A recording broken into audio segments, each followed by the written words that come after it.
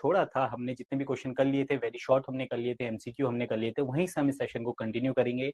आज हमारा फोकस रहेगा हम शॉर्ट आंसर टाइप क्वेश्चन करें, केस बेस्ड करें और लॉन्ग क्वेश्चन टाइप करें जो 5 नंबर के आपके एग्जाम में पूछा जाता है। बिना किसी टाइम के डिले के हम स्टार्ट करते हैं सेशन को, ठीक है। चलिए क्वेश्चन नंबर हमारा आज रहेगा क्वेश्चन नंबर 24। देखिए कितना अच्छा क्वेश्चन है, लेटेस्ट क्वेश्चन है, सीबीएसई 2025 का है। आपको एक चीज मैं बता दूं, एक बार आप क्वेश्चन को, हमेशा से मैं आपको बोलता हूं कि please be careful while reading the question, ठीक है। कोई हड़बड़ाहट नहीं होनी चाहिए, एक ही बार में हम क्वेश्चंस को अच्छे से पढ़ेंगे। हमेशा टाइम एक ही बार दीजिए, ठीक है। ऐसा नहीं कि 4 बार आप केवल क्वेश्चन पढ़ रहे हैं, उससे और कंफ्यूजन क्रिएट हो रहा है। एक ही बार में समझने की कोशिश कीजिए क्वेश्चन का सेंस क्या है। तो आइए स्टार्ट करते हैं। हमें क्वेश्चन बोल रहा है in the given figure 3 identical bulb PQS, 3 identical bulbs. अब इस बात को ध्यान से रखिए, ना किसी की पावर ज्यादा है ना किसी का रेजिस्टेंस ज्यादा है, they all are identicals are connected to a battery. Battery आपको दिख रही है, ठीक है। क्वेश्चन ने क्या बोला, compare the brightness of bulb PQ that of S when की इज क्लोज्ड। जब की को बंद रखा जाता है तब हमें कंपेयर करना है, किसका, P और Q को S के साथ। तो यहाँ पे अप्रोच हमारा क्या रहेगा बेटा, वैसे बेसिकली देखा जाए कोई फॉर्मूला हम इस्तेमाल करेंगे, कोई न्यूमेरिकल की तरह हम इसे सॉल्व करेंगे, बेटा ऐसा कुछ नहीं करना है। सिंपल अप्रोच है इसका। मेरे को एक चीज बताइए, एक बैटरी कनेक्टेड है और यहाँ से हमारा करंट आया और इस बल्ब पे गया, तो जितना करंट हमारा बैटरी ने प्रोवाइड किया उतना ही करंट हमारा एस में गया, तो ये जला।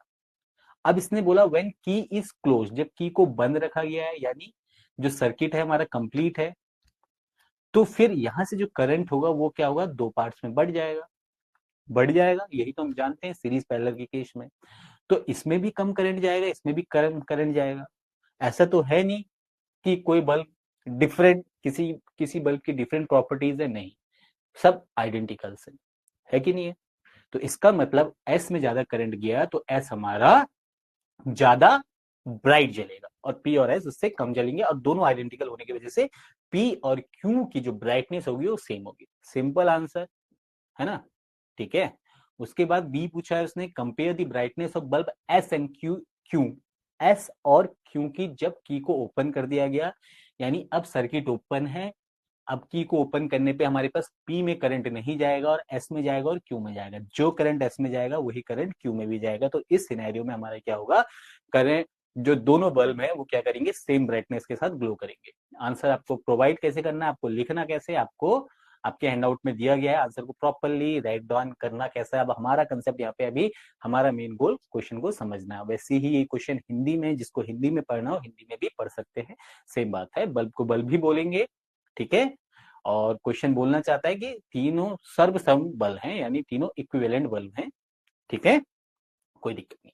बात किसकी हो रही थी, चमक की हो रही थी। कोई ज्यादा टफ क्वेश्चन है नहीं। हम नेक्स्ट क्वेश्चन की ओर बढ़ते हैं। क्वेश्चन नंबर 25 बहुत प्यारा क्वेश्चन है, एक ही बार पढ़ेंगे, क्वेश्चन के कंसेप्ट को हम ग्रैब कर लेंगे, ठीक है। तो क्वेश्चन बोला the figure shows the plot of the current through a cross section of wire over 2 different time intervals. ठीक है, 2 डिफरेंट टाइम इंटरवल में हमें कोई प्लॉट दिया गया है, प्लॉट देख के हमें समझ में आ जाएगा, ठीक है। Compare the charge Q1 and Q2। हमें क्या करना है, चार्ज को कंपेयर करना है। ध्यान दीजिएगा, हमें चार्ज बोला गया that passes through the cross section during this time intervals. Question कहना चाहता है आरेख में 2 भिन्न समय अंतरालों में किसी तार की अनुप्रस्थ काट से प्रभावित धारा का ग्राफ दर्शाया गया। इन समय अंतरालों में इस अनुप्रस्थ काट से प्रभावित आवेश Q1 और Q2 की तुलना कीजिए। बेसिकली हमें ग्राफ किसका दिया गया है, आई वर्सेस टी का। आपको ग्राफ दिख रहा है मेरे प्यारे बच्चों, बेहतरीन तरीके से दिख रहा होगा। क्या इसका सोल्यूशन है हमारे पास, नहीं है, तो हम साइड में सॉल्व कर लेंगे, ठीक है।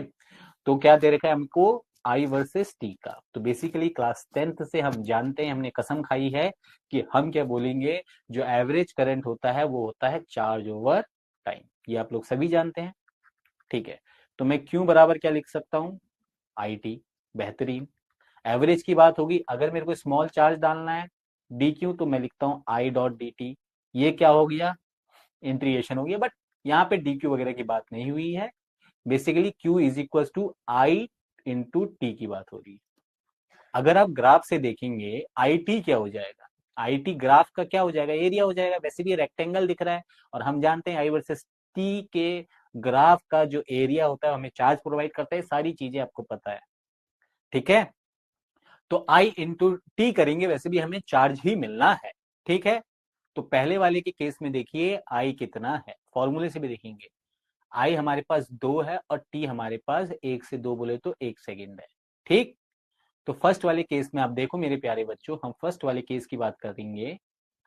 कितना, Q इज इक्वल टू आई बोले तो 1, टाइम बोले तो आई बोले तो 2, 2 टाइम बोले तो 1, यानी 2 कूलम। कुछ भी हो सकता है, यूनिट क्या पता चेंज हो, कोई दिक्कत नहीं, यूनिट चेंज है नहीं है, एम्पियर में ही है, ठीक है। ये क्या है, रेक्टेंगल है। रेक्टेंगल का एरिया कैसे निकालते हैं, 1/2, 1/2 लेंथ बाई ब्रेथ की बात करेंगे हम, ठीक है।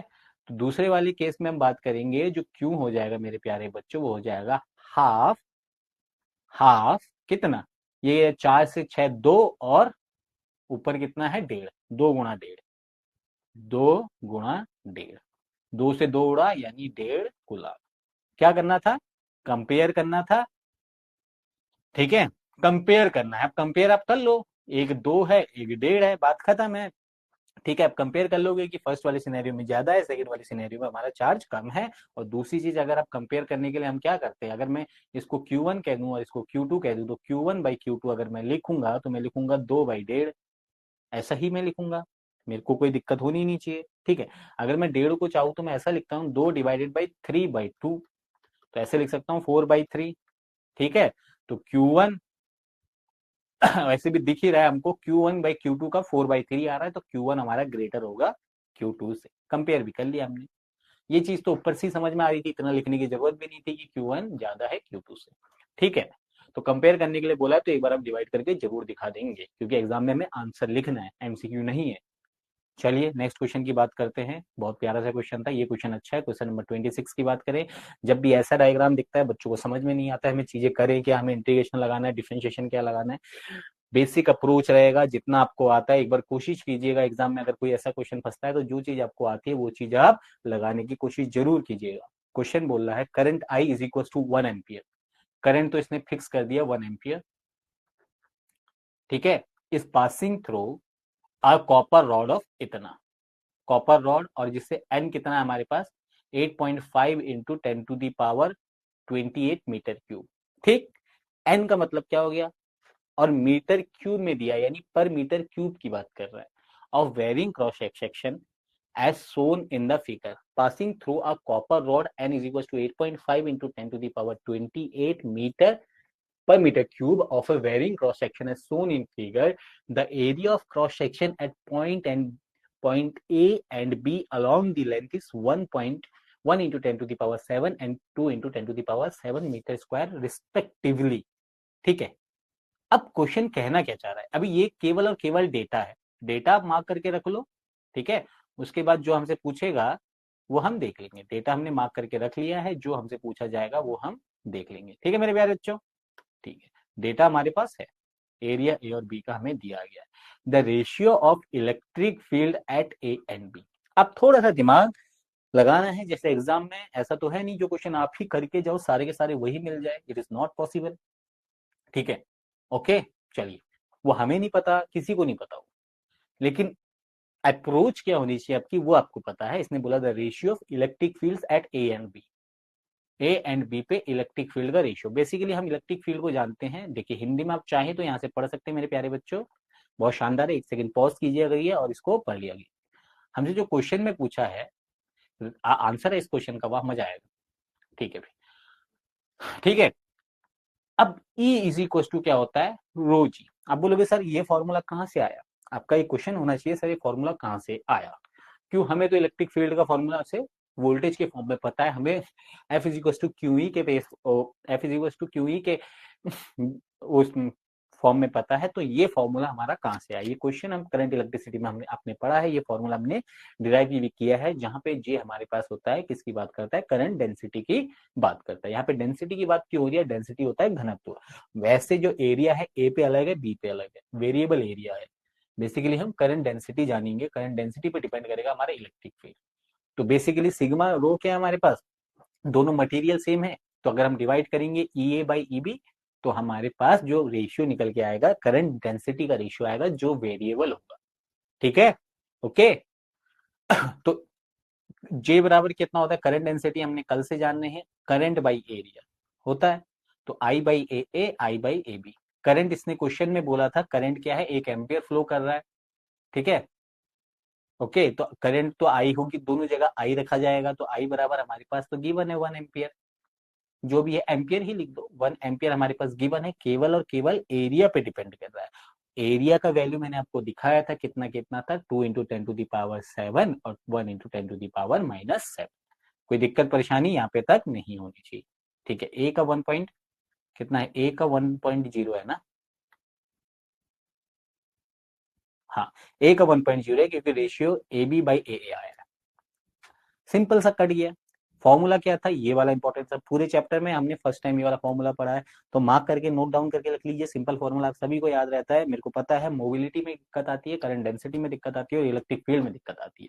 ये तीनों फॉर्मूले प्लीज एक बार स्पेशली अपने दीवार पे जब तक एग्जाम ना होते हैं तब तक चिपका के रख दो, और सारे फॉर्मूले आप कर लेते हैं, ठीक है। Okay, so the electric field is at A is twice that of electric field of B. तो ए पे जितना इलेक्ट्रिक फील्ड होगा ई ए, वो किसका होगा, डबल होगा ईबी के, ठीक है। तो यहाँ पे लिख दो ये इज इक्वल टू 2 EB। चलिए आगे बढ़ते हैं, क्वेश्चन का सेकंड पार्ट देखते हैं। क्वेश्चन का सेकंड पार्ट, यहाँ पे हम सॉल्यूशन देखने से पहले एक बार और पढ़ेंगे। बिंदु बी पर मुक्त इलेक्ट्रॉनों का अपवाह वेग, हमें बी पे जानना है वीडी, मुक्त इलेक्ट्रॉनों का अपवाह वेग यानी drift velocity of free electron. तो हम जानते हैं I is equal to N A V D, और वीडी वहां से निकालते हैं तो I divided by N A E. I की value we know that 1 given है, एन की वैल्यू नंबर ऑफ इलेक्ट्रॉन्स की बात की है उसने कितना 8.5 इंटू 10⁻28। एरिया की बात करी कि बी पे 2 इंटू 10⁻7 मीटर स्क्वायर, और इलेक्ट्रॉन पे जो चार्ज होता है हम सभी को पता है, वैल्यू पुट डाउन करोगे आंसर लगभग लगभग आएगा 3.68 इंटू 10⁻⁻4 मीटर पर सेकेंड। सिंपल, कोई चीज थी इसमें खतरनाक कुछ नहीं था, एक ई का फॉर्मूला था। देखने में क्वेश्चन डायग्राम से आपको लग रहा था कि भाई साहब ये क्या ही पूछ दिया हमसे, है ना। बहुत ही सिंपल, आपको अगर कंसेप्ट फॉर्मूले क्लियर है, पता है, तो आपको कोई नहीं रोक सकता इस चीज। चलिए क्वेश्चन नंबर 27 की बात करते हैं। क्वेश्चन नंबर 27 क्या बोल रहा है, write two difference between EMF and terminal potential. बहुत बच्चों का डाउट रहता है, ये कभी कंसेप्ट क्लियर नहीं होता है कि ईएमएफ क्या चीज है और टर्मिनल पोटेंशियल क्या चीज है of a cell. What is the most important precaution that should take while drawing a current from a cell? Second part of the question ये है, हिंदी में पढ़ेंगे। सेल का ईएमएफ और टर्मिनल विभवांतर के बीच दो अंतर लिखिए। सेल से धारा खींचते समय सबसे महत्वपूर्ण सावधानी क्या रखनी चाहिए, धारा को ऐसे खींच लेना बाहर, ठीक है। चलिए बेसिकली मैं आपको एक बेसिक आइडिया दूं, देखो सेल का क्या होता है, एक सेल है, सेल में क्या होता है कि इंटरनल रेजिस्टेंस होता है, उस इंटरनल रेजिस्टेंस की वजह से भी एक पोटेंशियल डिफरेंस क्रिएट होता है। आइडियल बैटरी हमारी दुनिया में कोई होती नहीं है, आप जानते हैं कि आइडियल चीजें एग्जिस्ट नहीं करती, आइडियल चीजें किताबों से बाहर ही नहीं आ पाई, अंदर ही रह जाती है ना। चलिए तो ईएमएफ की बात करते हैं। It is the potential difference between two terminals of the cell when no current is flowing, ठीक है। थ्रो एन ओपन सर्किट, जब कोई भी करंट फ्लो नहीं करता तब की बात होती है EMF. Represent the maximum potential difference a source can provide, maximum की बात कर रहा है, यानी इंटरनल रेजिस्टेंस कैलकुलेट नहीं करेगा। जैसे ही करंट फ्लो करेगा, it is the potential difference between to terminal when current passes through it in a close circuit. अब मेरे प्यारे बच्चों, जैसे ही करंट पास करेगा वैसे ही ओम्स लॉ आ जाएगा, वैसे ही इंटरनल रेजिस्टेंस एक्टिव हो जाएगा, चल करंट निकला, करंट निकला। Always slightly less than the EMF, हमेशा टर्मिनल वोल्टेज ईएमएफ जो बैटरी पे लिखा होता है 5 वोल्ट, उससे कम होता है, ठीक है। 2 वोल्ट से 5 वोल्ट की बैटरी है, 10 वोल्ट की बैटरी है, उससे हमेशा टर्मिनल वोल्टेज उससे कम ही वोल्टेज जो देगा across the internal resistance. Simple सी बात, ठीक है। चलिए नेक्स्ट क्वेश्चन देखते हैं। क्वेश्चन नंबर अब दूसरा पार्ट था इसका वैसे, कि सबसे ज्यादा मोस्ट इंपॉर्टेंट प्रिकॉशन क्या रखना चाहिए, हम बैटरी से करंट को ओवरड्यू कर रहे हैं या बाहर खींच रहे हैं, ड्रॉइंग कर रहे हैं, कौन सा करंट। अब आप तो ऐसे प्रिकॉशन रखते नहीं है, लेकिन फिर भी पढ़ लीजिए। The most important precaution while drawing a current from a cell is to check the all the component of the circuit are properly connected. होनी होता है, ब्लास्ट हो जाता है, छक, है ना, होता है, तार को जोड़ देते हो आपस में। Connected and current drawn does not exceed the cell capacity to prevent damage and overheating. और ऐसा भी नहीं है कि आप छोटी सी बैटरी लेके बाइक चला रहे हो, वो तो तभी फट जाएगी। तो हर चीज का ध्यान, एक कनेक्ट जो हमारे पास सर्किट है उसको प्रॉपरली कनेक्ट करना चाहिए, और दूसरी चीज है कि हमको उसके सोर्स की जो भी उसकी कैपेसिटी है उस चीज का ध्यान देना चाहिए। नेक्स्ट पार्ट की बात करते हैं, क्वेश्चन नंबर 28 की बात करते हैं बेटा। वही क्वेश्चन है, high current is to be drawn safely, a low voltage battery, a high voltage battery, what should you say about the internal resistance of the two batteries? Question कहना चाहता है कम वोल्टता वाली बैटरी तथा उच्च वोल्टता वाली बैटरी से सुरक्षित रूप से उच्च धारा ली जानी है, आप दोनों बैटरियों के आंतरिक प्रतिरोध के बारे में क्या कह सकते हैं? क्वेश्चन को ध्यान से पढ़िएगा, कम वोल्टता वाली बैटरी है और उच्च वोल्टता वाली है, दोनों से हाई करंट चाहिए, लो वाली से भी हाई चाहिए और हाई वाली से भी हाई चाहिए। ठीक है, तो बेसिकली क्या होता है, जो इंटरनल रेजिस्टेंस होता है, ये कल हमने एक एमसीक्यू में ऐसा रिलेशन बताया था। कैसे बताया था? We know that E is equal to V plus I R, और R को आपने घुमा फिरा के जो लिख दिया E minus V by I. ठीक, ओके, फिर I को आपने क्या किया, आप जानते हैं V is equal to I R से रिप्लेस कर दिया। ठीक, तो आपके पास ये रिलेशन निकल के आया। इससे क्या होता है कि R is directly proportional to electric field आ गया। आप बोलोगे सर डायरेक्टली प्रोपोर्शनल जैसा दिख, बिल्कुल है। देखो E की वैल्यू बढ़ेगी तो ओवरऑल वैल्यू बढ़ेगी, E बाई V की ओवरऑल वैल्यू बढ़ेगी, ओवरऑल वैल्यू बढ़ेगी, ठीक है, ओवरऑल वैल्यू बढ़ेगी तो R की वैल्यू भी बढ़ेगी, क्योंकि आगे R तो मल्टीप्लीकेशन है। So a low voltage battery from which we need to draw a current must be very low internal resistance. अब जब R किसके प्रोपोर्शनल है? इलेक्ट्रिक फील्ड के, तो R को हमारे पास क्या होना चाहिए? कम होना चाहिए। ठीक है, ठीक है, ओके। इंटरनल रेजिस्टेंस अगर बहुत ज्यादा हो जाएगा तो इलेक्ट्रिक फील्ड भी ज्यादा हो जाएगा उस केस में। ठीक है, आप बोलोगे सर इलेक्ट्रिक फील्ड तो अच्छी चीज है, आपने एक रिलेशन हम बात कर रहे थे, आपको अगर इलेक्ट्रिक पोटेंशियल एंड कैपेसिटेंस वाला अगर आपको चैप्टर याद हो तो हम एक रिलेशन पढ़ते हैं। क्या रिलेशन? अगर हमने आपने पढ़ा होगा कि E और V का एक रिलेशन होता था, E is equal to V by D. आपको रिलेशन याद होगा या नहीं होगा? या आप V is equal to E dot R की बात करते थे। वहीं से अपने रिलेशन को बिल्कुल ध्यान में रखिए, इलेक्ट्रिक फील्ड की डायरेक्शन में जाने पे पोटेंशियल हमारा डिक्रीज होता है। चलिए ये बातें अलग हैं, आपको इतना पता होना चाहिए। So a low voltage battery from which we need to draw a high current must be at low resistance. I have high voltage battery from which we need to draw a current must be have very high internal resistance। अब सीधी सी बात है, high voltage battery से आपको high voltage current ही तो मिलेगा, तभी तो वो हाई वोल्टेज है, नहीं तो उसका काम ही क्या है हाई वोल्टेज होने का? हवा खाने थोड़ी ना है। तो अब हाई वोल्टेज से आपको सीधे हाई वोल्टेज मिला है, तो आपको हाई वोल्टेज ड्रॉ करने के लिए उसका एक समरूप इसको हाई रेजिस्टेंस लगाना पड़ेगा। अब लो रेजिस्टेंस लगाओगे तो क्या होगा, आपको ड्रॉ करने की जरूरत ही नहीं है, खुद ही दे देगा। आपका एप्लीकेबल जो प्रोसेस है वो क्या है, वहां पे आप बोल सकते हैं उसको कंट्रोल नहीं कर सकते एलिमेंट को। तो बहुत सिंपल से क्वेश्चन है, ठीक है, इनको एक बार आप खुद भी पढ़ेंगे तो आपका हो जाएगा। मोस्ट इंपॉर्टेंट ये आता है, step the Kirchhoff rules and used in the analysis of electric field circuits and explain them। Law direct नहीं पूछा जाता आपके एग्जाम में, लेकिन इसके एप्लीकेशन से क्वेश्चन दबा के पूछे जाते हैं। हमने पिछले लेक्चर में किए हुए, एक बार प्लीज जाके चेक कीजिएगा, गो थ्रू कीजिएगा। बहुत सारे क्वेश्चन किए हैं, बहुत सारे, हर एक सर्किट से जैसा जैसा सर्किट का क्वेश्चन पूछा गया है। और बेसिकली हमने देखा व्हीट स्टोन बेस से ज्यादा पूछा गया था ना, ठीक है। तो किरचॉफ रूल्स का आपका एप्लीकेशन ज्यादा पूछा जाता है, लेकिन लूप रूल पढ़ लेते हैं एक बार, ठीक है। लूप रूल से क्वेश्चन पूछे जाते हैं, इससे एक छोटा सा एमसीक्यू पूछा जा सकता है इससे, ठीक है। बहुत सिंपल रूल है, फंडामेंटल रूल्स है। फर्स्ट रूल क्या कहता है, किरचॉफ फर्स्ट रूल, और इसको हम कहते हैं जंक्शन रूल के नाम से भी जानते हैं। सर ये जंक्शन रूल क्या होता है? ये जंक्शन रूल क्या होता है? आप जानते हैं कि input current is equal to output current होता है किसी भी जंक्शन पे। The algebraic sum of electric current at any junction of electric field is equal to zero. Junction की बात कर रहे हैं मेरे प्यारे बच्चों, ठीक है। जंक्शन इज इलेक्ट्रिक जीरो, पूरा जंक्शन की बात कर रहा है, ठीक है। That is the sum of current entering into the junction is equal to the sum of current leaving the junction. जैसे कि आपने बात की, ये रहा मेरे पास एक जंक्शन, ठीक है, यहाँ करंट आ रहा है और यहां से जा रहा है, ठीक है। तो मैंने बोल दिया I1, I2, I3, I4, I5। क्या कहना चाह रहा है, आने वाला और जाने वाला बराबर होता है, या आप सबका सम निकालोगे तो भी बराबर हो जाता है। तो I1 प्लस I2 बराबर होगा हमारे पास I3 plus I4 plus I5।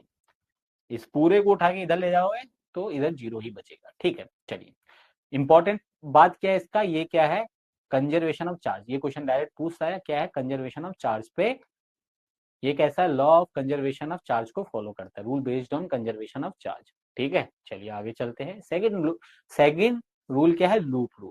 अभी हम इसका ही क्वेश्चन करेंगे तो और भी अच्छे से आपको समझ में आ जाएगा। इन एनी क्लोज्ड लूप, किसमें, किसी बंद परिपथ में, electric circuit the algebraic sum of EMF of cells and the product of current and resistance. Product of current and resistance बोले तो वोल्टेज, यानी वो भी ईएमएफ की बात कर रही है, ऑलवेज इक्वल टू जीरो, यानी जितनी भी बैटरी जितना भी वोल्टेज होता है उसका सम आप करोगे वो जीरो हो जाता है। ठीक है, लिखोगे कैसे, summation of E plus summation of I R is equal to zero. ये किस पे बेस्ड है, based on the law of conservation of energy पे बेस्ड है। पहला वाला कंजर्वेशन ऑफ चार्ज, दूसरा वाला कंजर्वेशन ऑफ एनर्जी की बात करता है। चलिए आगे बढ़ते हैं, कहानी को आगे चल लेते चलते हैं। आ गया लो क्वेश्चन आ गया। ठीक है, बहुत सिंपल से इसके दो तीन रूल होते हैं, एक बार मैं चाहूंगा कि ठीक है, calculate the energy supply by the battery to the circuit in shown in figure in 1 minute. कितनी एनर्जी सप्लाई की वो निकालना है हमें। सबसे पहले हमें लूप रूल तो हमें निकालना पड़ेगा। पूछा वैसे हमसे क्या है, एनर्जी सप्लाई की बात की है।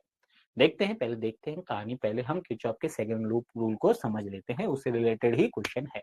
लूप रूल क्या कहता है कि पूरे क्लोज सर्किट में जो टोटल समेशन होता है किसी बैटरी के ईएमएफ प्लस आई आर का, वो जीरो होता है।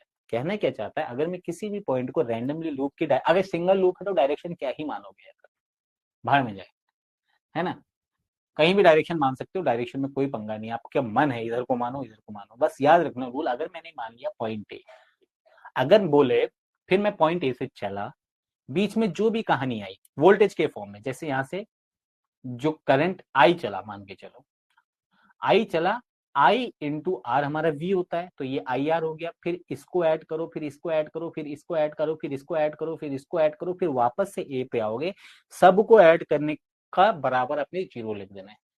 चलो ए से ए चलो और वापस ए पे आओ और सबको ऐड करके जीरो लिख दो, यही हमारा लूप रूल कहता है। सिंपल सी बात है, प्रैक्टिकल भी हो गया। बस एक और रूल, करंट जा रहा है, रेजिस्टेंस, तो रेजिस्टेंस क्या करेगा, करंट की थोड़ा जिंदगी, यानी यहाँ पे अगर आप लिखोगे तो पोटेंशियल वीए और यहाँ पे पोटेंशियल वीबी हो जाएगा, थोड़ा सा कम हो जाएगा। करंट अगर रेजिस्टेंस को पार कर रहा है, करंट अब डायरेक्शन क्या करो, करंट की डायरेक्शन में ही चल रहे हो, रेजिस्टेंस आया तो वहां पे हम साइन कौन सा लेते हो, माइनस लेते हो, क्योंकि वोल्टेज डिक्रीज होता है। ठीक है, दूसरी चीज है, बैटरी के अगर प्लस पॉइंट से आप माइनस पॉइंट पे आते हो, यानी कि डिस्चार्ज का केस है। बैटरी क्या करती है, आप अगर करंट यहाँ को आए आप, तो जब वो पॉजिटिव से किसी भी चीज को बाहर फेंकती है तो चार्ज करके फेंकती है, यानी पॉजिटिव। लेकिन आप बैटरी के अपोजिट डायरेक्शन में जा रहे हो मेरे प्यारे बच्चों, ध्यान रखना, तो नेगेटिव। अगर इसका अपोजिट सेंस बताता हूं, जैसे मैंने एक चीज बोला, इधर को जाओगे तो पॉजिटिव। अगर देखो मान के चलो करंट इधर को जा रहा है और आप इधर को चल रहे हो, आपने लूप बना दिया इधर को, आपकी मर्जी भाई, लूप बना दिया आपने इधर को, तो इस केस में जो आई आर लोग आप पॉजिटिव लोग, है ना, क्योंकि अब देखो ना, आप जा रहे हो इधर को, आपको जो यहाँ पे करंट मिलेगा लेटर से I1, और यहाँ पे जो करंट मिलेगा I2, क्योंकि नीचे को आ रहा है, नीचे आते समय करंट कम हुआ होगा, लेकिन आप जा रहे हो ऊपर को, तो आपको पहले कम करंट मिलेगा फिर ऊपर ज्यादा करंट मिलेगा, तो इस केस में हमें पॉजिटिव लेना होता है। इन बात को अभी लिख लो, इससे ज्यादा कुछ नहीं है बेटा, लूप रूल में जीरो बनाने का है, अभी बनाते हैं, सारी कहानियां खत्म करते हैं। ठीक ठीक, हमसे एनर्जी पूछा, एनर्जी बाद में निकालेंगे, पहले हमें वो तो निकालना ही पड़ेगा ना। चलिए, गिवन क्या है, हमको पास time is equal to T is equal to 1 minute 60 second पे निकालना है। चलो केवीएल लगाओ, सीधी बात है, आई दिख रहा है आपको, बैटरी के पॉजिटिव एंड से निकलो, लूप आपने जहां को मारना है, यहां से निकले आप, आए हाय 10 दिया बैटरी ने, शानदार। यहां से गए रेजिस्टेंस ओम, करंट आई, तो आई इंटू आर हो जाएगा, वोल्टेज समेशन वोल्टेज का होता है, आई आर तभी करते हैं, करंट और वोल्टेज का सम आप कर भी नहीं सकते। फिर आप बैटरी के पॉजिटिव एंड से नेगेटिव एंड पे गए तो -4, फिर करंट की डायरेक्शन में ही आप जा रहे हो, रेजिस्टेंस को पार करोगे तो करंट यहाँ पे ज्यादा होगा, रेजिस्टेंस थोड़ा सा कम कर देगा तो कम हो जाएगा, तो -2 इंटू करंट कितना आ रहा है, आई आ रहा है, तो -2i। फिर आप वोल्टेज से गए तो -6i, फिर आप फिर रेजिस्टेंस से गए तो यहाँ से यहाँ आए -3i, फिर वापस से आप इस पॉइंट से चले थे लेटर से और इसी पॉइंट पे आप पहुंच गए, तो एक ही पॉइंट पे पोटेंशियल डिफरेंस तो होगा ही नहीं ना, उस पॉइंट पे क्या ही पोटेंशियल डिफरेंस क्या होगा, नहीं होगा। जितना है उतना है बराबर 0। इस पूरे को आप सॉल्व तो मेरे प्यारे बच्चों कर सकते हो, एक ही लूप है, करंट भी एक है, वेरिएबल एक है आई, सॉल्व करोगे हाफ एम्पियर आ जाएगा। एनर्जी कैसे निकालते हैं, हीटिंग कितनी हुई होगी इस करंट को चलने में, H equal to I square R two, हमने क्लास 10th में पढ़ा है, जिसकी हमने कसम खाई थी कि हमें H बराबर आई स्क्वायर आर टू ही बोलेंगे। I square half, resistance half into 12 into 60 is equal to 180। आप बोलोगे सर ये कहा था, है ना, आप बोलोगे सर ये कहा था, ये कैसे हो गया, ये कैसे हो गया, ठीक है, कोई दिक्कत परेशानी यहां तक तो मेरे प्यारे बच्चों नहीं होनी चाहिए। ओके चलिए, तो ठीक है क्वेश्चन नंबर 31 पे चलते हैं बहुत प्यार से, क्योंकि हमें थोड़ा सा ज्यादा क्वेश्चन करने हैं इस सेशन में, क्योंकि तभी ये चीजें हो पाएंगी।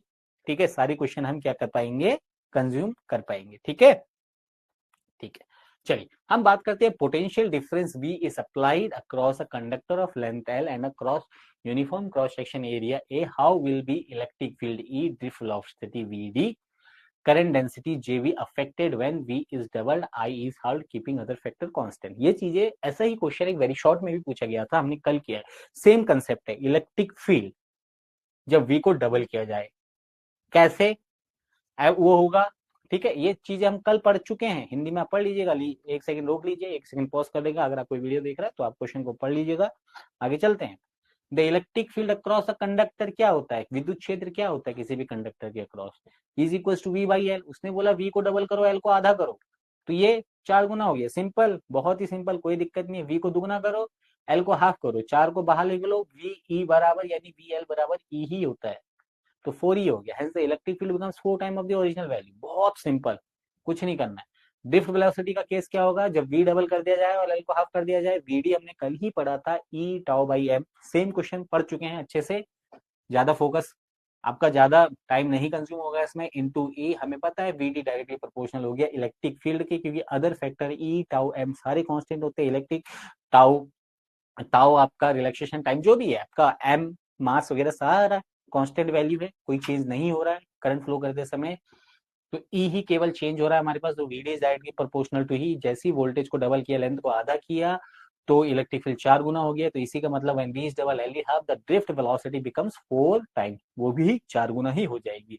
जैसा इलेक्ट्रिक फील्ड अपना रंग बदलेगा वैसा ही वो भी अपना रंग बदलेगी। करंट डेंसिटी, यही बात हमने कल की थी, करंट डेंसिटी भी डायरेक्टली प्रोपोर्शनल होता है किसके, किसके प्रोपोर्शनल होता है, करंट डेंसिटी क्या होता है, J is equal to I by A, I क्या होता है एनी ए वी डी, और जब ए से ही डिवाइड कर देते हैं तो ए से ए उड़ जाता है, एनी वी डी बढ़ जाता है, तो जे भी वैसे ही वेरी कर जाएगा। इलेक्ट्रिक फील्ड पोटेंशियल के, इलेक्ट्रिक फील्ड क्या है, पोटेंशियल और लेंथ के बराबर होता है, तो इलेक्ट्रिक फील्ड 4 गुना हुआ, और इलेक्ट्रिक फील्ड 4 गुना होने की वजह से वीडी भी इलेक्ट्रिक फील्ड पे डिपेंड करता है, तो वीडी भी 4 गुना हो जाएगा, करंट डेंसिटी भी उसी टाइप से, so the current density also becomes 4 times of the original value. बात खत्म, आगे बढ़ो। क्वेश्चन नंबर 32 की बात कर लेते हैं, defined current density and the relaxation time.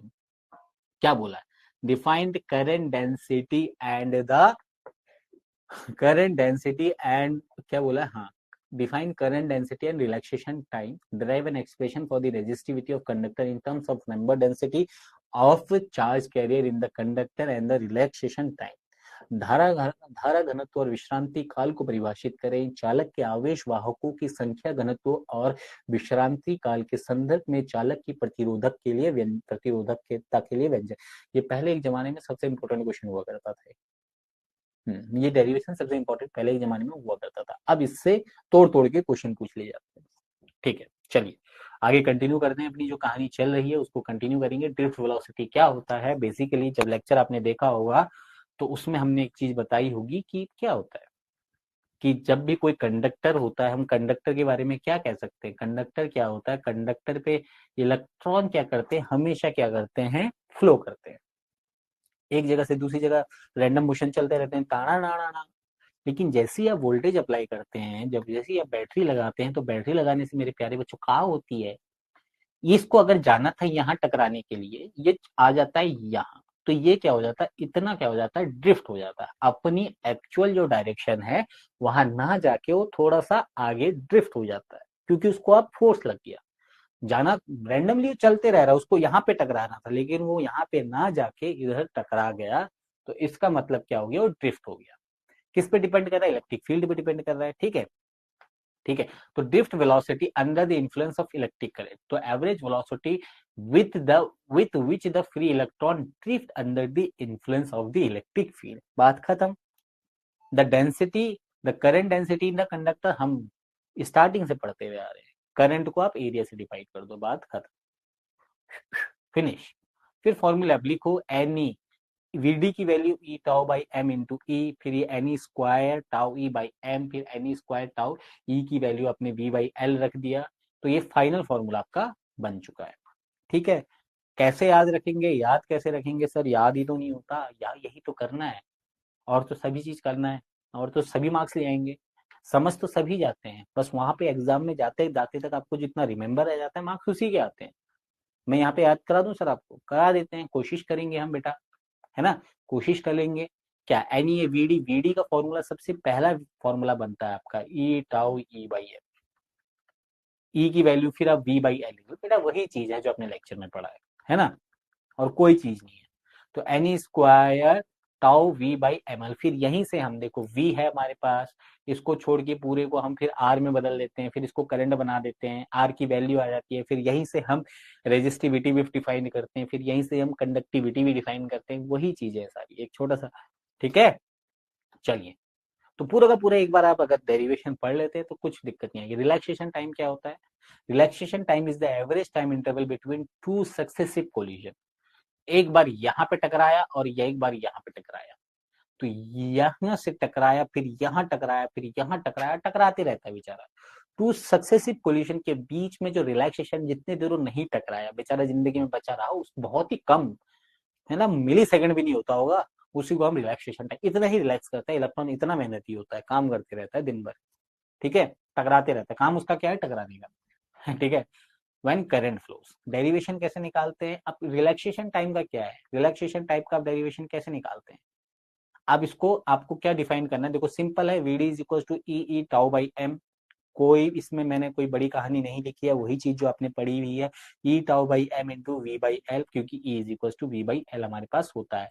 हम जानते हैं I is equal to N E A V D होता है, तो N E A V D की वैल्यू आपने रखा E V tau by M L, वही कहानी एम एल, पूरा का पूरा वही कहानी, I is equal to N square, ठीक है, I is equal to N square A tau by M L into V, वही चीजें चल रही हैं। फिर इसका उल्टा करेंगे हम, मैंने अभी आपको यही चीज बोली, जैसे ही मैं इसका उल्टा करूंगा तो आई की जगह मेरे को वी मिल जाएगा, उल्टा करने पे मिल जाएगा, नहीं सर ऐसा नहीं है, यहाँ पे हमारा वी है, इसको मैं क्या करूंगा, इस साइड ले जाऊंगा, एम एल मेरा ऊपर चले जाएगा, एन स्क्वायर ए टाउ हमारा नीचे आ जाएगा, तो V is equal to I into I, तो है हमारे पास आर बच जाएगा, थोड़ा यहाँ पे मिटा देता हूँ, अगर आप पढ़ोगे तो फिर आई इंटू आर हो जाएगा, तो by according to Ohm's law V is equal to I are.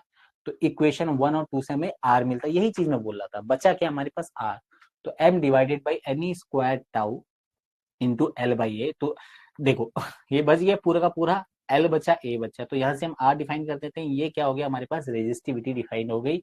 ठीक है, तो rho into L by A, तो रो बराबर m n square tau is equal to resistivity of the conductor. ठीक है, चलिए, ठीक है।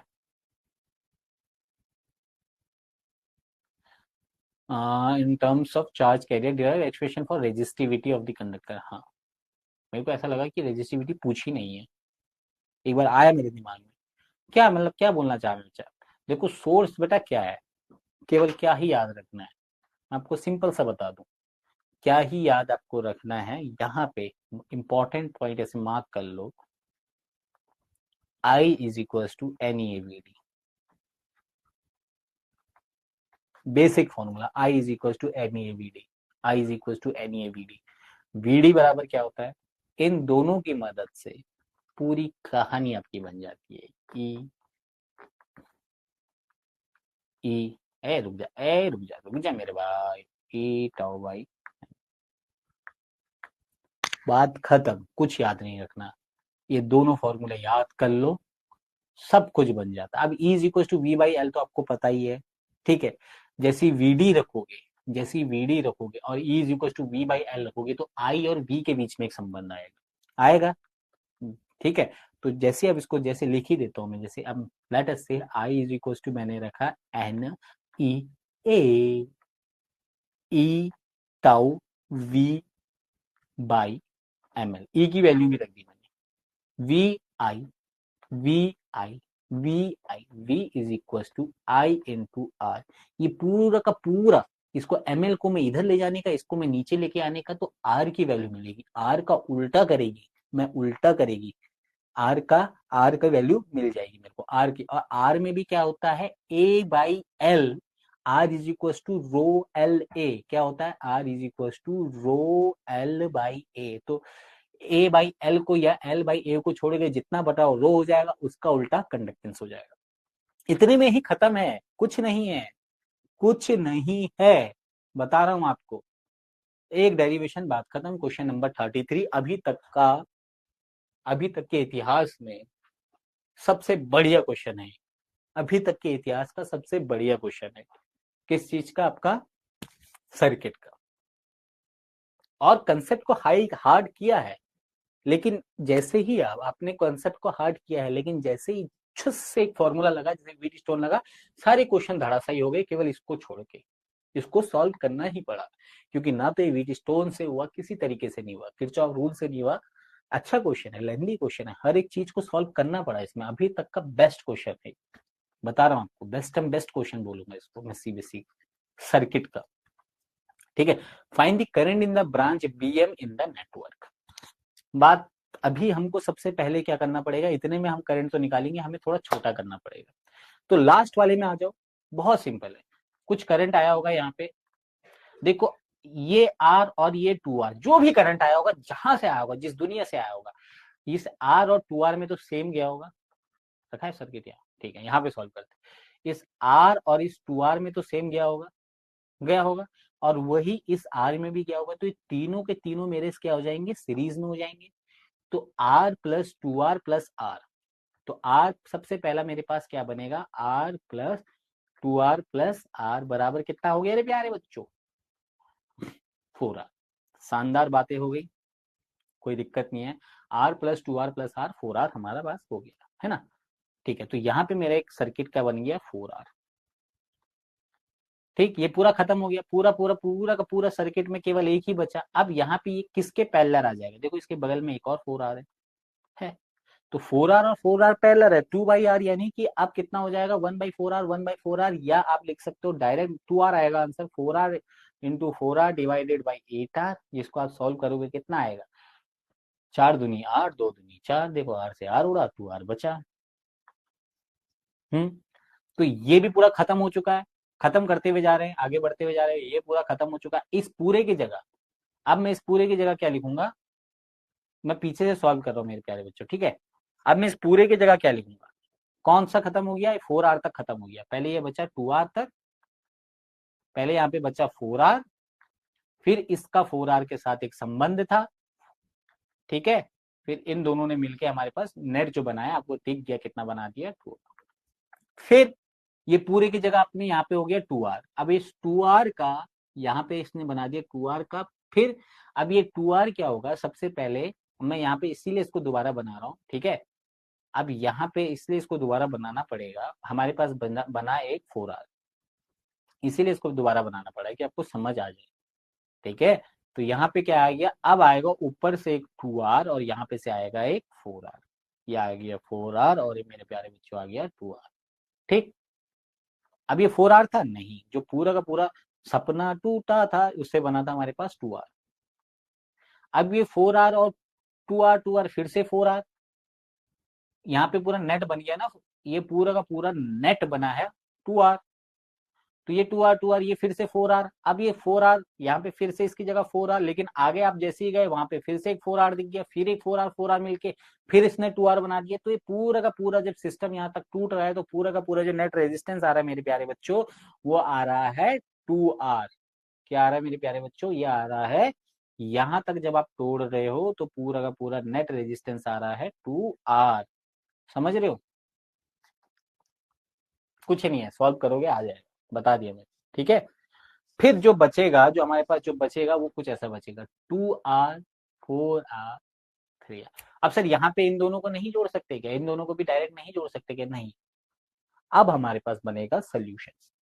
अब हमें बनाने पड़ेंगे दो लूप। तो एक लूप का नाम रखा हमने N B, N M B N, N B A N. तो लूप फर्स्ट की बात करें, कहीं से भी चलेंगे, मान के चलो आप यहां से चले, एम पॉइंट से चले या एन से चले, क्योंकि एन से लूप स्टार्ट हो रहा है, यहां से गए आप -6 ही मिला। फिर इस वाले लूप में करंट दो की वजह से आ रहा होगा, करंट दो होगा। क्यों होगा सर करंट दो, एक इस बैटरी की वजह से करंट, एक इस बैटरी की वजह से करंट, या एक लूप में I1 बह रहा है या I2 बह रहा है। तो लूप की डायरेक्शन कुछ भी हो सकती है, मैं आपको बता चुका हूं। तो -6 आई, 6 ये कितना हो जाएगा, ऊपर गया हमारे पास -4 I into I1 plus I2 जाएगा इससे। लेकिन मैंने एक चीज आपको बोली है, करंट तो आएगा नीचे को, या लूप की डायरेक्शन है इस डायरेक्शन में, क्लॉकवाइज डायरेक्शन में, तो ये आ गया हमारे पास माइनस, इसी में 4R into I1 plus I2। फिर इधर आओगे तो -3R I1 इस वाले लूप में I1। फिर आप बैटरी के साइड आए तो आपको मिला -10E पूरा का पूरा 0।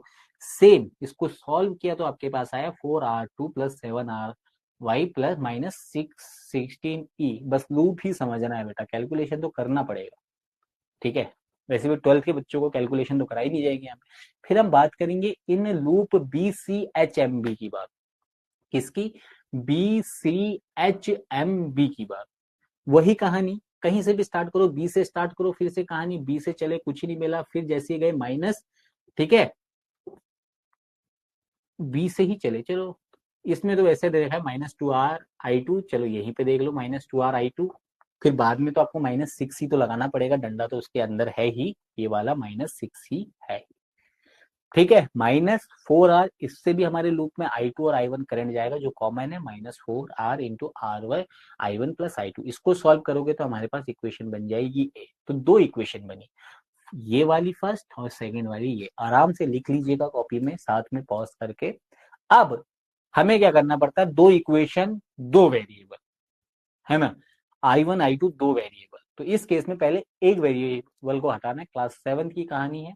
तो 7 चौको 28 हमने इसको बना दिया, है ना, क्योंकि इसमें 7 है, ठीक है।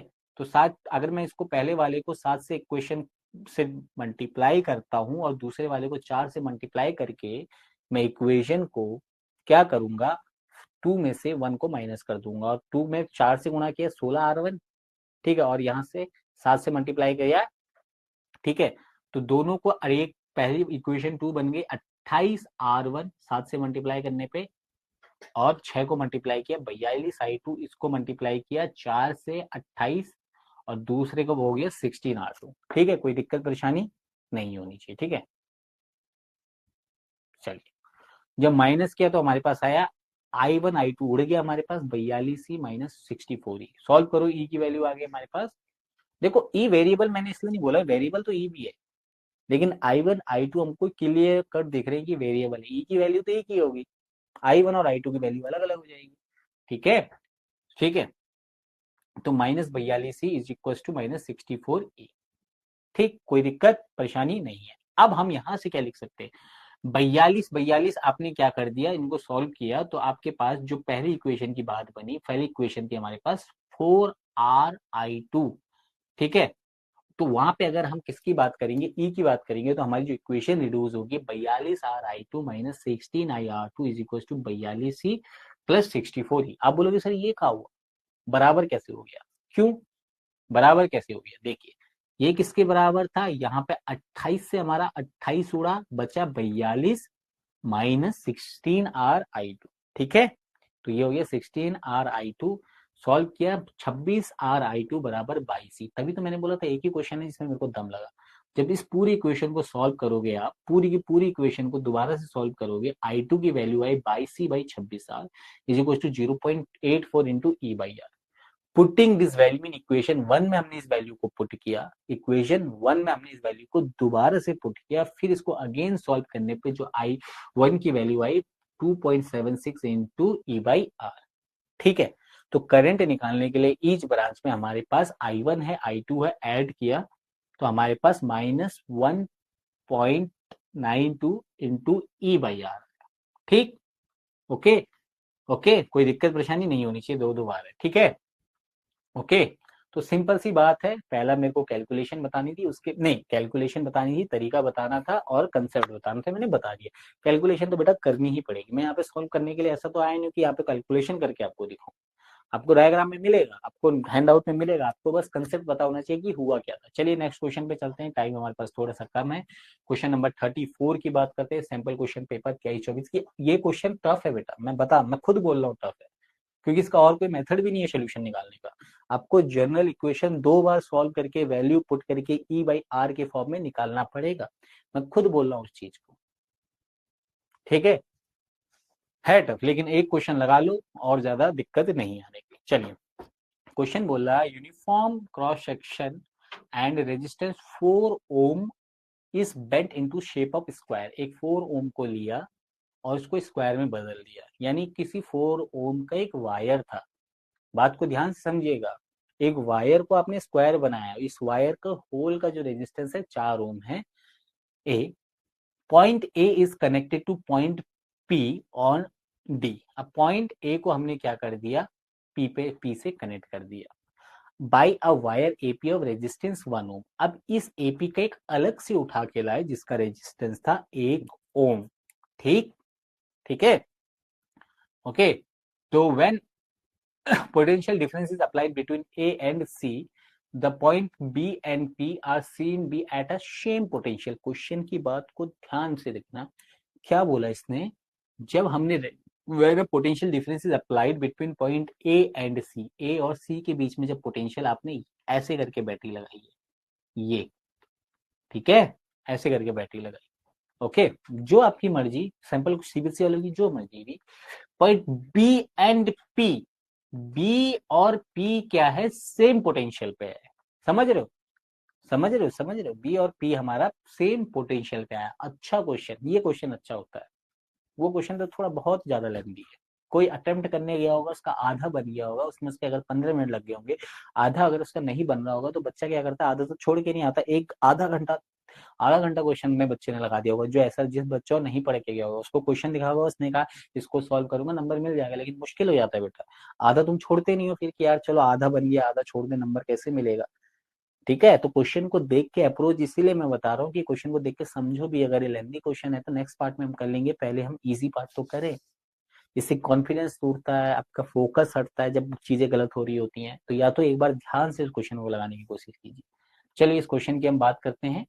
वही कहानी है, एक समान अनुप्रस्थ काट और 4 ओम का प्रतिरोध, सेम कहानी। अब देखिए मेन कंसेप्ट इस क्वेश्चन का क्या है कि अपने 4 ओम को एक स्क्वायर में बदला। और स्क्वायर का मतलब क्या होता है, चारों साइड्स बराबर होते हैं।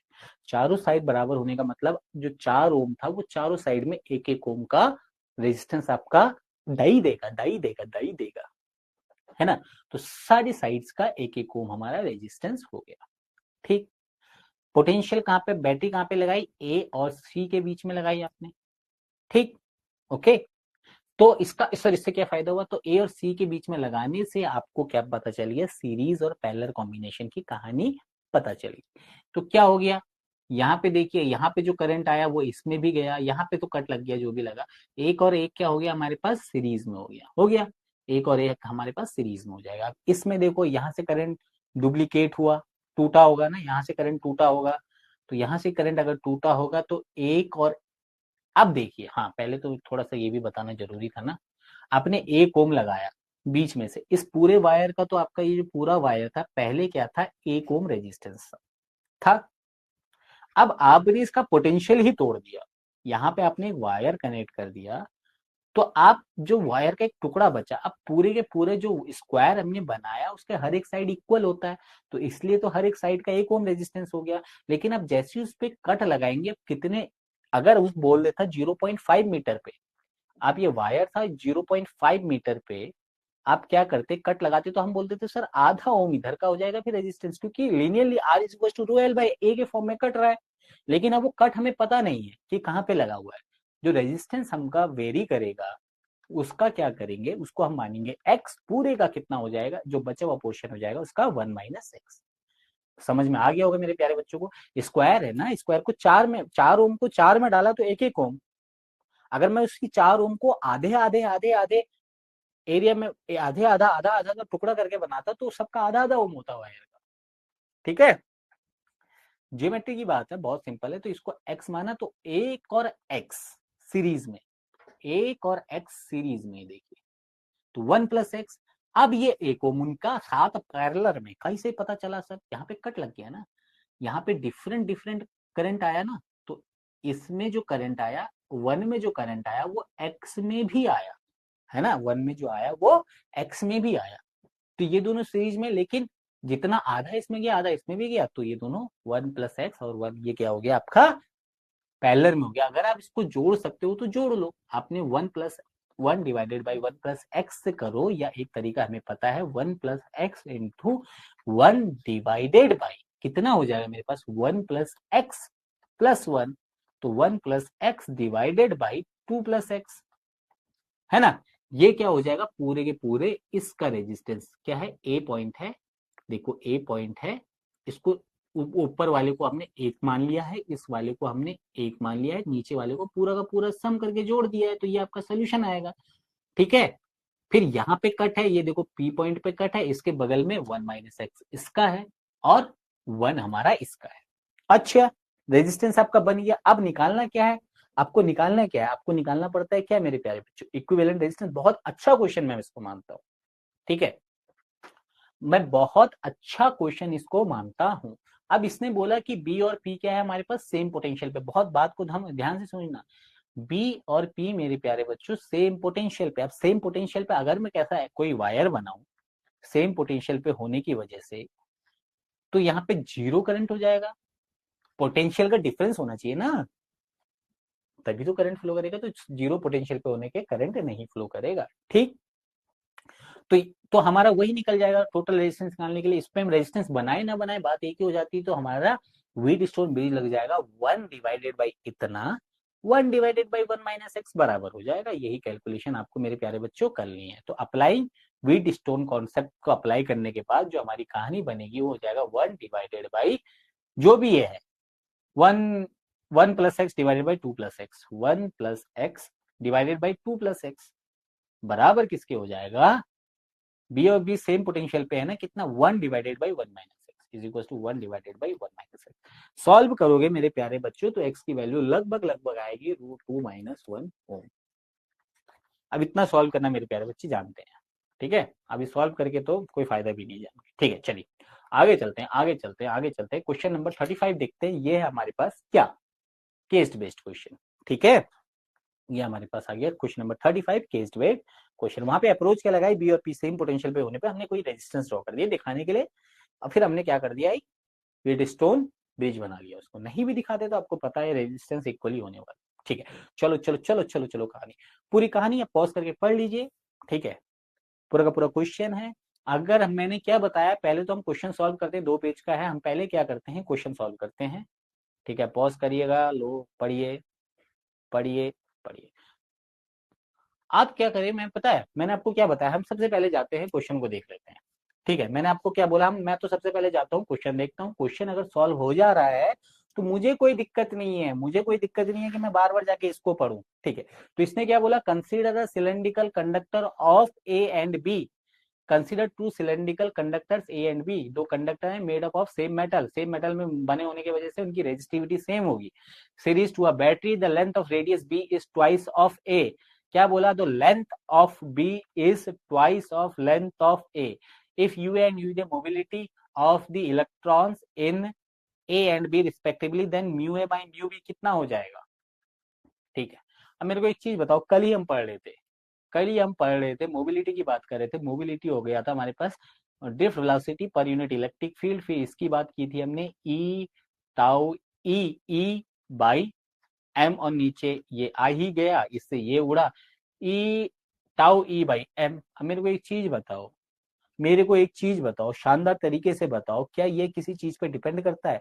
देखो ये टाउ चेंज ना होने का, ये खाली टेम्परेचर, इलेक्ट्रॉन मास, ये सारी की सारी चीजें मेरे पारे बच्चों, पारे बच्चों, पारे बच्चों, ये सारी की सारी चीज किसकी वजह से चेंज होती है, केवल और केवल इलेक्ट्रिक फील्ड की वजह से। ओ, केवल और केवल एक्सटर्नल एजेंट जैसे टेम्परेचर वगैरह चीजों से मटेरियल चेंज होने पर डिपेंड कर रहा है। तो हमको पता है इसका कोई भी, इन दोनों का रेशियो अगर ये चीजें सेम है तो सेम रहेगा। ये सेम क्वेश्चन मैंने कल कराया आपको, है ना। तो यहाँ पे इस चीज को लिखने का कोई फायदा नहीं है, सेम क्वेश्चन पहले भी आ गया था। मैं यही देख रहा हूँ क्वेश्चन, ये क्वेश्चन 2 बार आ चुका है तो इंपॉर्टेंट हो चुका है। क्वेश्चन नंबर 2 की बात करते हैं, वही है, हिंदी में आप पढ़ लीजिएगा पॉज करके, बड़े प्यार से वही बात, सिर्फ सोल्यूशन देखिए। क्वेश्चन नंबर 2 देखिए, wire of length 0.5 metre and cross sectional area इतना, क्या दे रखा है हमें, क्रॉस सेक्शनल एरिया दे रखा है इतना, connected to a 2 volt battery, maintain a current of 1.5 ampere, the conductivity of the material of wire. Conductivity हम जानते हैं एक चीज होता है R is equal to rho L by A, और रो बराबर मेरे पास होता है आर ए बाई एल। अभी टाइम नहीं है, नहीं तो मैं पहले जैसे कराता हूँ गलत कराऊंगा पहले फिर सही कराता, फिर हमेशा के लिए चमका रहता है, ऐसा इतना नहीं है समय अभी है ना, ठीक है। लेकिन इसका उल्टा सिग्मा की बात हो रही है, L divided by R A. R की वैल्यू मेरे प्यारे बच्चों V is equal to I R, R is equal to V by I, V by I तो हो जाएगा I L by V A, सारी वैल्यू आपको मिलेंगी। आई की वैल्यू है, वायर की लेंथ है 0.5, क्रॉस सेक्शनल एरिया है, ठीक है, 1.5 एम्पियर करंट है, वोल्ट इतना है। अब बताओ मेरे प्यारे बच्चों, जब फॉर्मूला है, जब मौसम है, दस्तूर है, तो क्या दिक्कत है बताइए, सॉल्व कीजिए, रखिए 3.75 आंसर आएगा।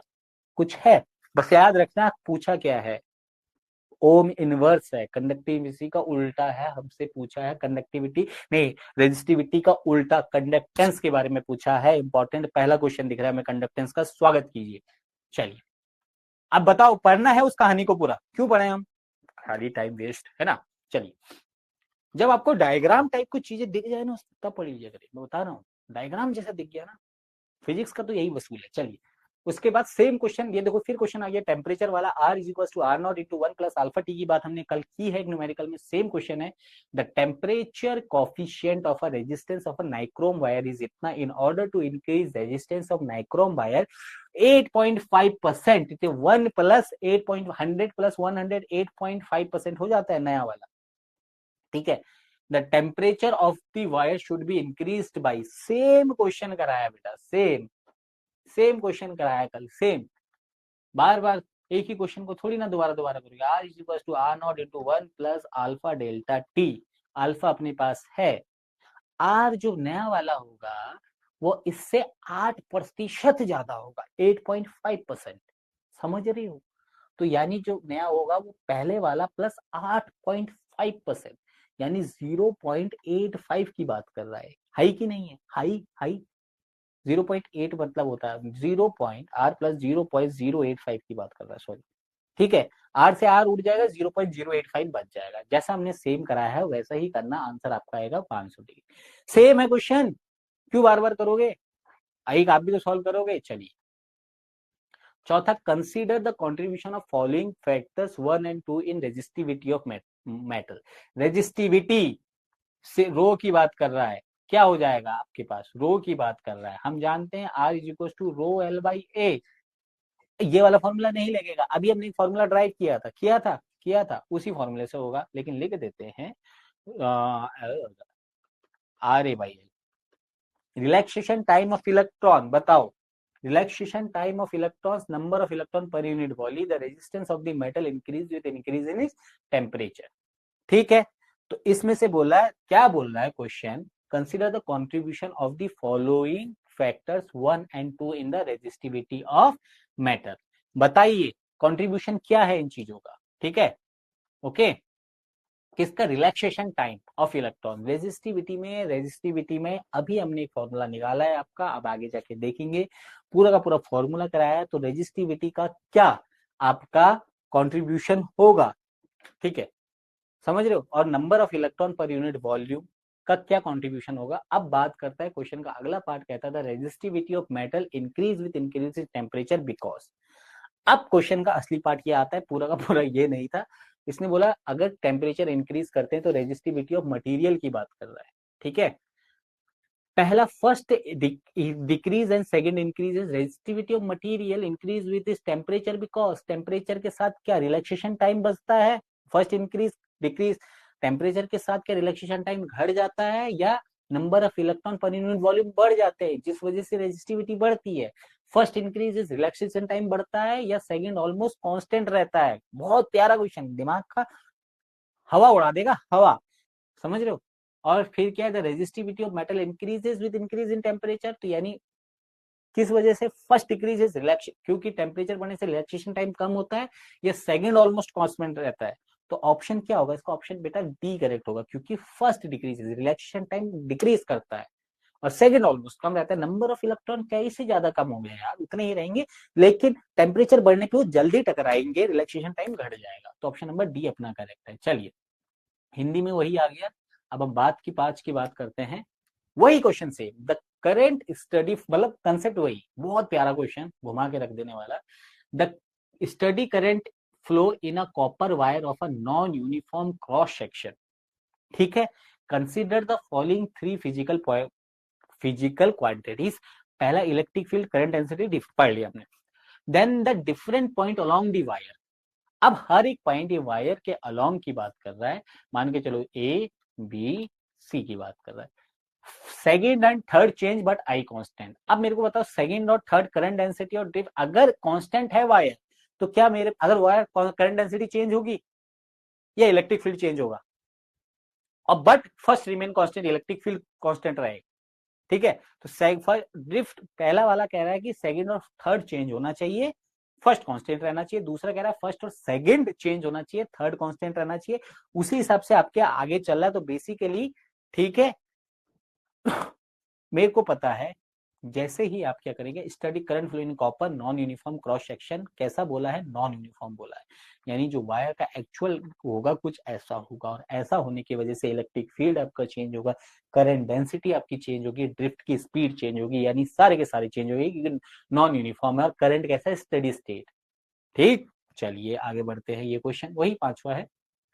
36 देखते हैं, एक लॉन्ग क्वेश्चन देखते हैं। ये क्वेश्चन मेरे को ऐसा लगता है कि हमने पहले भी कर लिया है, ठीक है।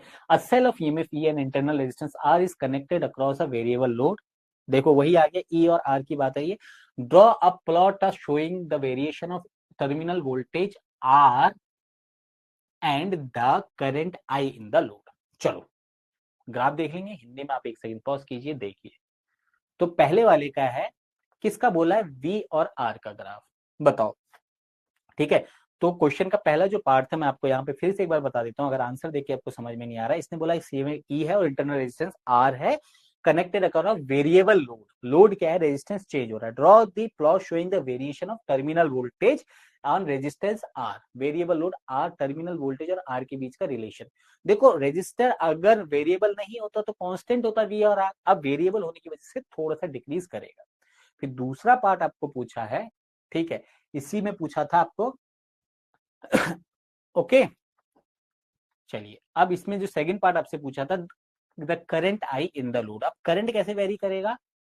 आई और वी के साथ, आपको पता है आई और वी के साथ हमेशा ही कांस्टेंट होगा, लेकिन डिक्रीजिंग क्वांटिटी का होगा। करंट क्या होगा? डिक्रीजिंग इन नेचर होगा। बहुत सिंपल सा क्वेश्चन है, ठीक है। सेकंड पार्ट आपके पास था, three shells each of EMF E but internal resistance 2R 3R 6R connected in parallel across a resistor। Parallel, वही दो पैरेलल वाला हमने एमसीक्यू में देखा है, कैसे निकाला था, याद करिए। Obtain the expression for current flowing, पहले ईएमएफ निकाल लेंगे, ई बाई आर वन। चलो देख लेते, the terminal potential and equivalent of the cell. Same हमने कल कराया था, आपको कराया था। तीनों को पैरेलल लगा दो, इंटरनल रेजिस्टेंस है, नेट ईएमएफ, पहले आर इक्विवेलेंट निकाल लो, क्योंकि तीनों पैरेलल में है। इंटरनल रेजिस्टेंस आप कैसे निकालोगे? इस तरीके से। तो आर इक्विवेलेंट सॉल्व करने पे आया आर। सिंपल। आप बोलोगे सर नहीं आ रहा समझ में, क्या है? एमसीक्यू में किया है, सॉल्व किया है, अच्छे से किया है, ठीक है। इंटरनल रेजिस्टेंस भी पैरेलल में हो जाएंगे सेल के होने की वजह से। तो इंटरनल रेजिस्टेंस हमारा नेट ईएमएफ को क्या करेगा? हैम्पर करेगा या वो करेगा। तो पूरा का पूरा ईएमएफ के लिए हम क्या करते हैं? पहले E1 by R1 plus E2 by R2 plus E3 by R3, ये आपको होगा, है ऊपर, डिवाइडेड बाई नेट रेजिस्टेंस। इसका पूरा सॉल्व करके ये आएगा। तो इक्विवेलेंट रेजिस्टेंस तीन लगाने पर भी, तीन ई लगाने पर भी ई ही मिल रहा है, क्योंकि इंटरनल रेजिस्टेंस इनका ऐसा है। तो करंट क्या होता है? आपको सिंपल सी बात है, E by R, but R क्या होगा? R plus R equivalent. Equivalent क्या आ गया हमारे पास? Internal resistance. Same question long में भी है, एमसीक्यू में भी है, करा दिया है ना आपको ये क्वेश्चन, बस एक वेरीफाई हो गया। चलिए बी पार्ट खत्म। और बी का सेकंड पार्ट है, क्या बोला था? आपसे बोला था the terminal potential difference across equivalent cell, terminal potential difference. अभी हमने डिफरेंस भी देखा है क्या होता है। तो V is equal to I R equivalent, I R equivalent, तो आई की value E dot R divided by R plus equivalent R plus R हो जाएगी। सिंपल सी कहानी है, कोई दिक्कत परेशानी नहीं होनी चाहिए इसमें, ठीक है। ओके, आई की वैल्यू देख लो, E divided by R plus R, ठीक है, E divided by R plus R, R equivalent जो था वो आपका आर था, आपने देख लिया था तीनों को सॉल्व करने पे, ठीक है। ये क्वेश्चन देख लीजिए, वही है सैंपल क्वेश्चन 2024-25 का, सेम कंसेप्ट है किसका, उस चीज का जो क्वेश्चन अभी हमने कर रखा है पहले। Using Kirchhoff law obtain the equation of balanced state in Wheatstone bridge बनाना है, करंट को नेगलेक्ट करना है, P Q by R S current flow करा के आपको क्या कर देना है, दिखाना है, ठीक। दूसरा है wire of uniform cross section area, एक वायर है, ठीक है, 12 ohm, bent in a shape of circle, वहां पे हमने स्क्वायर में चेंज किया, यहाँ पे हमने इसको सर्कल में चेंज किया। As shown in figure resistance of 10 ohm is connected diametrically opposite end C और डी। तो क्या करो, एक डायमेट्रिकली एक डायमीटर बना दिया, डायमीटर का 10 ओम का था रेजिस्टेंस, उसको ऐसे कनेक्ट कर दिया। A battery of 8 volt is connected between A and B, voltage इसका बड़ा ध्यान रखिएगा, तभी हम थर्ड वो बना पाएंगे व्हीट स्टोन वाला, 3 वोल्ट लगा दिया। पूछा है determine the current flowing through the arm AD, यानी एडी से इससे फ्लो होने वाला करंट बताना है, ठीक है। चलो वो देख लेंगे, पहले अपना जो पहला है उसको संतुष्ट करो, किरचॉफ लॉ को प्रूफ करो, ठीक है। पहले सबसे पहले डायग्राम बनाते हैं किरचॉफ का, आपको पता है एक बैटरी बनाओ, 4 अपना घर जैसा बना दो, सिंपल सी बात है, बीच में आप क्या कर दो, एक रेजिस्टेंस लगा दो। When a current flow in the circuit, current does not flow the arm BD। अब जानते हैं कि इसमें करंट फ्लो नहीं करेगा, hence the potential difference between BD is zero। इसी कंसेप्ट में हमने क्वेश्चन भी किया था। तो इस केस में हम क्या करते हैं, दो लूप बनाएंगे, लूप को हम सॉल्व करेंगे। तो पहले वाला में क्या होगा, लूप की डायरेक्शन कुछ भी मान लो, पहले में करंट जा रहा है minus I1P plus I2R plus I2R। अब अपोजिट में जाओगे ना, यहाँ से अब करंट के अपोजिट डायरेक्शन में चले गए, यानी करंट जहां पे तुम हो वहां पे बाद में आ रहा है तो नेगेटिव, ऊपर प्लस आ रहा है, बात खत्म है, कोई दिक्कत नहीं है, ठीक है।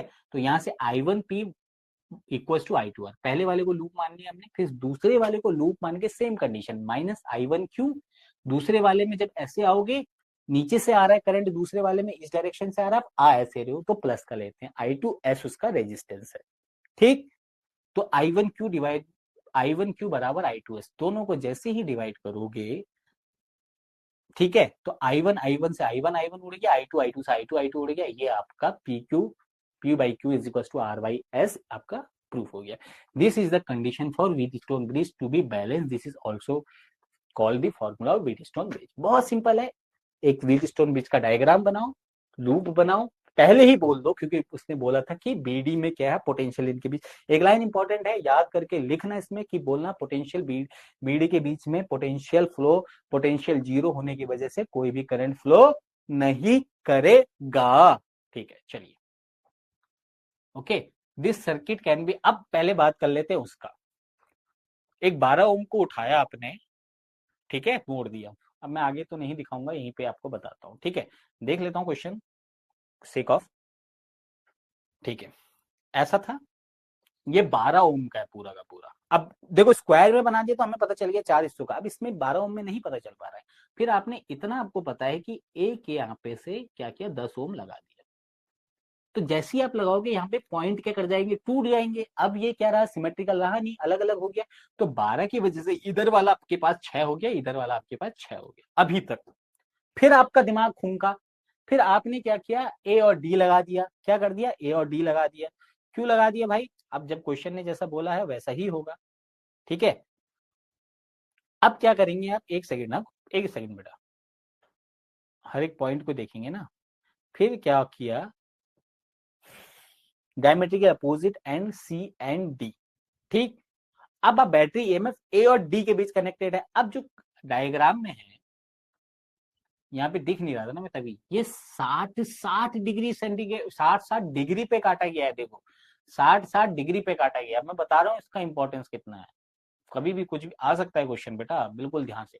अब यहाँ पे से इसको एक और कट दिया गया है, और एक और कट दे के क्या किया गया है, 60 पे रेजिस्टेंस पे मैटर करेगा।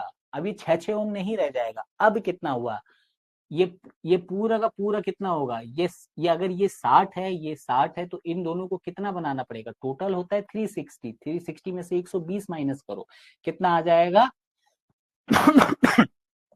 240। यानी ये अब ऊपर हो जाएगा 120। तो इसको तो मैं बना के ही जाऊंगा आपके लिए, कुछ हो जाए अच्छे से बना के ही जाऊंगा।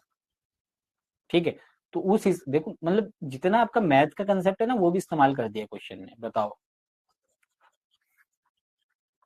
ठीक है। चलिए, ये रहा आपके पास,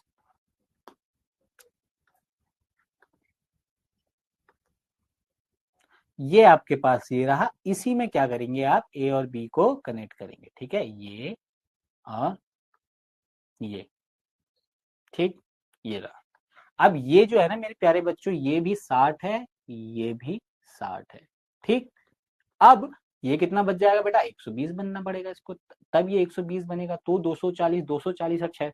ठीक, अब इसका क्या फायदा होगा गुरुजी, इसका गुरुजी मेरा ये फायदा होता है कि अब ये 120 यानी पूरा का पूरा तो 12 ओम है ना। अब 12 ओम को 4 हिस्सों में डिवाइड करना है। अब 4 हिस्सों में डिवाइड नहीं करना है बेसिकली। ये 120 नीचे और 240 यानी नीचे वाला, इन दो हिस्सों का जो रेजिस्टेंस होगा उसका डबल होगा ऊपर वाला। समझ रहे हो, दो हिस्सों में, एक को अगर 8 ले लोगे, एक को 4 ले लोगे। समझ रहे हो, तो ऊपर वाले का पूरा 8 होगा, पूरे के पूरे का 8 होगा, यानी 4 ये 4 ये। आप चाहे तो ऐसे भी निकाल सकते हो, 60/300, 60 × 12, तो 12 का 1/6 क्या होगा, 1/6 यानी 2 ओम। तो ये वाला हिस्सा वैसे ही 2 ओम आ जाएगा। फिर 60 के लिए ये भी 2 ओम आएगा।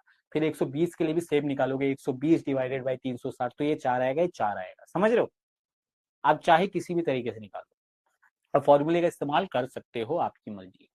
ठीक है, हम जैसे निकालते हैं 60 बाई पार्ट ले लिया, फ्रैक्शन ले लिया, है ना। तो मैं लिख देता हूँ, ये हो जाएगा 120 डिवाइडेड बाई 360 गुणा टोटल 12, बन गया। अब रेशियो देखो, 4/2, 4/2, यानी ये भी व्हीट स्टोन, यानी 10 ओम को हमको नेगलेक्ट ही करना पड़ेगा अभी भी। 10 ओम जो बीच में वायर डाला गया है ना, 10 ओम का, ये 10 ओम का जो वायर डाला गया है, इसको अभी भी नेगलेक्ट करना पड़ेगा। और जैसे ही नेगलेक्ट हुआ, इससे आगे मेरे को नहीं कराना पड़ेगा। बैटरी हमारे पास 8 वोल्ट है, इसको 10 वोल्ट को आपको नेगलेक्ट करना पड़ेगा।